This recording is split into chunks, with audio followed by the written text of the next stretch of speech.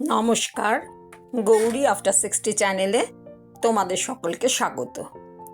আজকে আমার গাছের কুমড়োর ডগার রেসিপি তোমাদের সঙ্গে শেয়ার করব। একদম টাটকা ডগা, তোমরা সঙ্গে থাকো। এই হচ্ছে আমার ঘরের কুমড়ো গাছ, রিজার্ভারের ওপরে পুরো ছেয়ে গেছে। নিজের গাছের রেসিপি তৈরি করার তো একটা আলাদা আনন্দ, সেটাই তোমাদের সঙ্গে শেয়ার করব।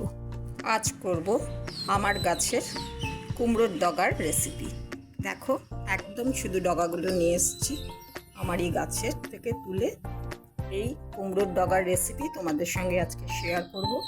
আমি কি রান্না করি তোমরা সেটা দেখো, আমার পাশে থাকো, দেখতে থাকো।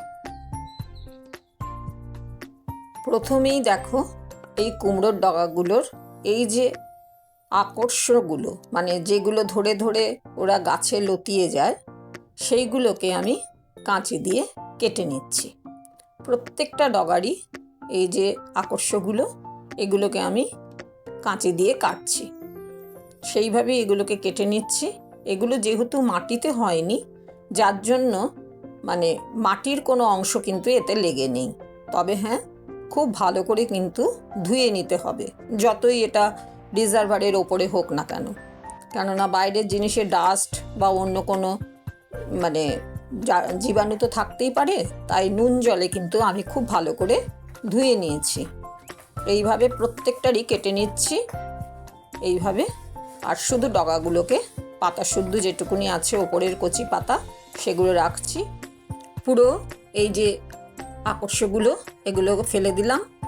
আর এই শুধু পুরো পরিষ্কার করে নেওয়া একদম ডগার দিকের কিছু পাতা আর অল্প একটু ডালের অংশ, এগুলো রেখেছি। আর এই দেখো, সুতো দিয়ে বাঁধার জন্য সুতোটাকে কিন্তু খুব ভালো করে পরিষ্কার করে আমি ধুয়ে নিয়েছি। এবার সুতো দিয়ে এটাকে ভালো করে গিট দিয়ে বেঁধে নিচ্ছি। এই যে ক্রচেটের সুতো নিয়েছি, একটু মোটা সুতো। ব্যাস, এই আমার পুরো একটা আঁটি তৈরি হয়ে গেল। এবার আমি এটাকে সেদ্ধ করার জন্য, এই দেখো, ভাত বসানো আছে। এই যে ভাত অলরেডি ফুটতে শুরু করেছে। এর মধ্যেই আমি এটাকে দিয়ে দেব, যাতে এটা এখানে ভাতের মধ্যেই সেদ্ধ হয়। খুব যেহেতু ভালো করে ধোয়া আছে, এমনকি সুতো পর্যন্ত, কাজেই কোনো অসুবিধে নেই ভাতে দিলেও। না, ধোয়াটা কিন্তু খুব ভালো করে ধুতে হবে, সেদিকটাতে আমাদের ভালো করে নজর রাখতেই হবে। ব্যাস, এবারে ভাতে এটাকে দিয়ে দিলাম, একটু হাতায় করে চেপে চেপে এবারে ঢাকা দিলাম, যাতে এটা এখানে সেদ্ধ হতে থাকে। বেশ কিছুক্ষণ বাদ এই দেখো, পুরো আমার ভাতও রেডি, পাতাও কিন্তু সেদ্ধ হয়ে গেছে। এবারে আমি পাতাটাকে ভাত থেকে এই দেখো টিপে নিলাম আমি, যে একটুখানি যে ডগাগুলো আছে সেগুলো সেদ্ধ হয়েছে কিনা দেখার জন্য। পুরো কিন্তু সেদ্ধ হয়ে গেছে। এবারে পুরো ভাত থেকে তুলে নিলাম। এই যে এই হলো পাতাগুলো। দুই একটা পাতা অবশ্য খুলে পড়ে গেছিলো, সেগুলোকেও আমি আস্তে আস্তে ভাতের থেকে তুলে নিচ্ছি। এই যে এইভাবে আমি এটাকে নিলাম। এবার কিন্তু আমাকে ভাত থেকে ভালোভাবে এটাকে পরিষ্কার করে নিতে হবে। এই হচ্ছে সেই কুমড়োর ডগা, যেটা ভাতের সঙ্গে একদম লেগেছিল। প্রত্যেকটা ভাত এখান থেকে পরিষ্কার করে সরিয়ে নিয়েছি, আর ডগাটাকে আলাদা করে নিয়েছি। আর নিয়ে নিয়েছি, এখানে নিয়েছি নুন, এটা সর্ষে বাটা, এটা সর্ষের তেল, আর এটা চিনি ডাস্ট করে নিয়েছি। চিনিটা ডাস্ট করেই নিতে হবে, নইলে মুখে চিনিটা পড়বে, সেজন্য ভালো লাগবে না, তাই চিনিটা ডাস্ট করে নিয়েছি। আর যারা নারকেল পছন্দ করো, তারা কিন্তু এখানে নারকেল পেস্ট করেও দিতে পারো, অথবা পোড়ানো নারকেলও ইউজ করতে পারো। প্রথমেই দেখো, আমি দিয়ে দেব সর্ষে বাটাটা।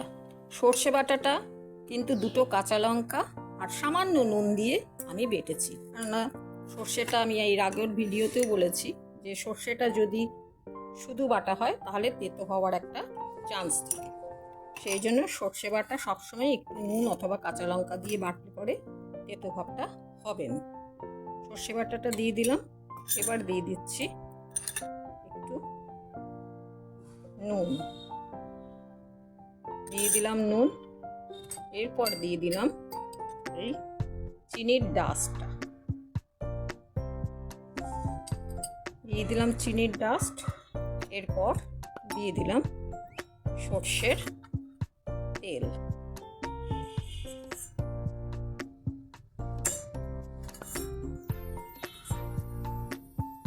কাঁচা সর্ষের তেল একদম, এখানে 4 টিস্পুন ধরো, মানে 4 টিস্পুন সর্ষের তেল দিয়ে দিলাম। তবে স্বাদ অনুযায়ী তোমরা সর্ষের তেলের পরিমাণ বাড়াবে বা কমাবে। এবার এটাকে আমি খুব ভালো করে মাখবো। এটা কিন্তু গরম ভাতে খেতে দুর্দান্ত লাগে।